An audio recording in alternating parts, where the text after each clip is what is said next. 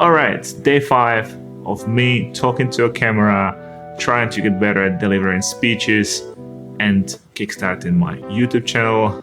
Let's do it. We're gonna have to make this fast because the sun is setting behind me, and about every 10 minutes there is a huge exposure shift. Today we are talking about best and worst purchases of my filmmaking and photography gear.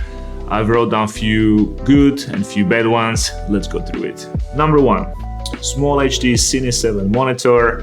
This thing is my eyes on set. I love bringing it with me everywhere. It just makes a huge difference. Having your own LUTs, having all the exposure assist functions, the Cine EI, the zebras, the overlays, and the customization that it brings is amazing.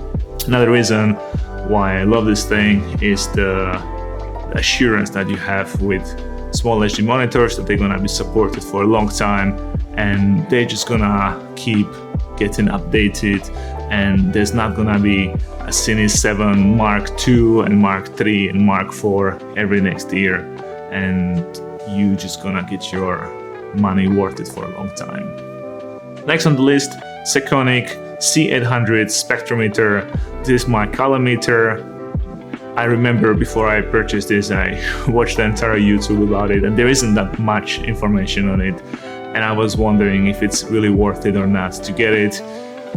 It is. If you are someone who is debating whether you should get one or not, you should. There is pretty much no other way to figure out what is the color in a space that you are trying to shoot, especially if you often find yourself in a room behind tinted glass and you're trying to match your lights to it. This thing is just amazing.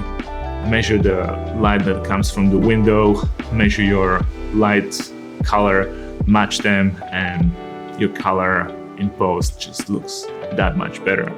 Not a cheap one, absolutely worth it though.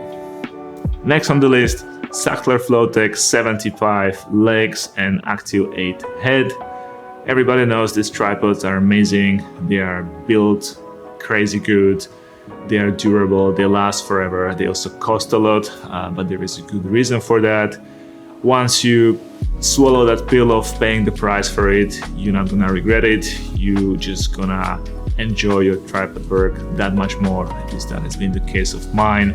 I used to always hate to, struggle with tripod, opening all the legs and then readjusting, rebalancing, and all that stuff.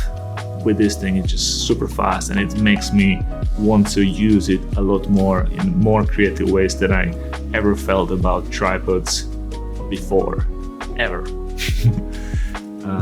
Yeah, I've had this one for I think 3-4 years, and it's with me on every job. Just one of those things that you buy, you kind of forget about it, but you're so happy you have it anytime you need to go on sticks. That's the list of the good. Now let's quickly have a look at the less fortunate purchases that I've made over the years. My iFootage motorized slider, I'll write the exact model on screen. Though there is technically nothing wrong with this product, I think it was more of my mistake of misjudging how capable it really is.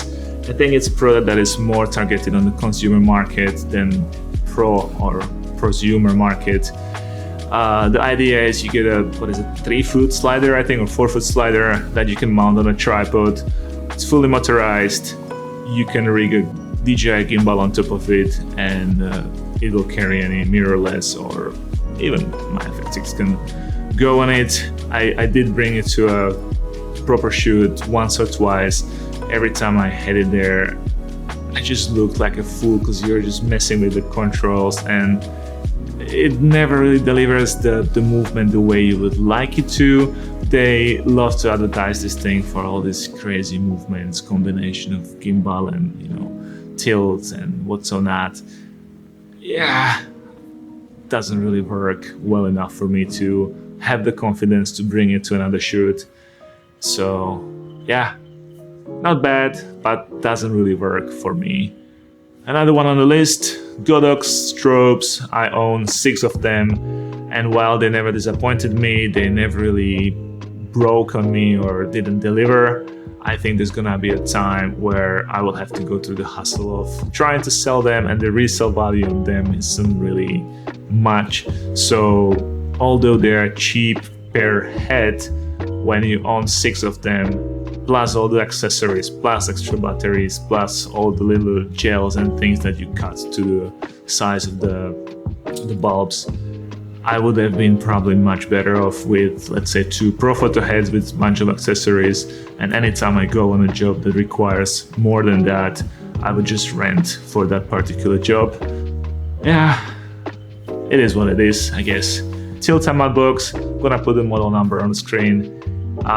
The product itself, I think it's a great product for whoever just needs a matte box, and I myself have not had any issues with the sun shading feature of the matte box. It works well.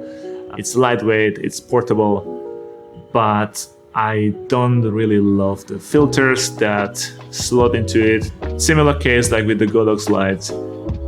It's cheap to begin with, but then you add a filter here, filter there, this and that, and you end up building a system that works decently well, but eventually you will want to replace it with something that is more pro and more long lasting.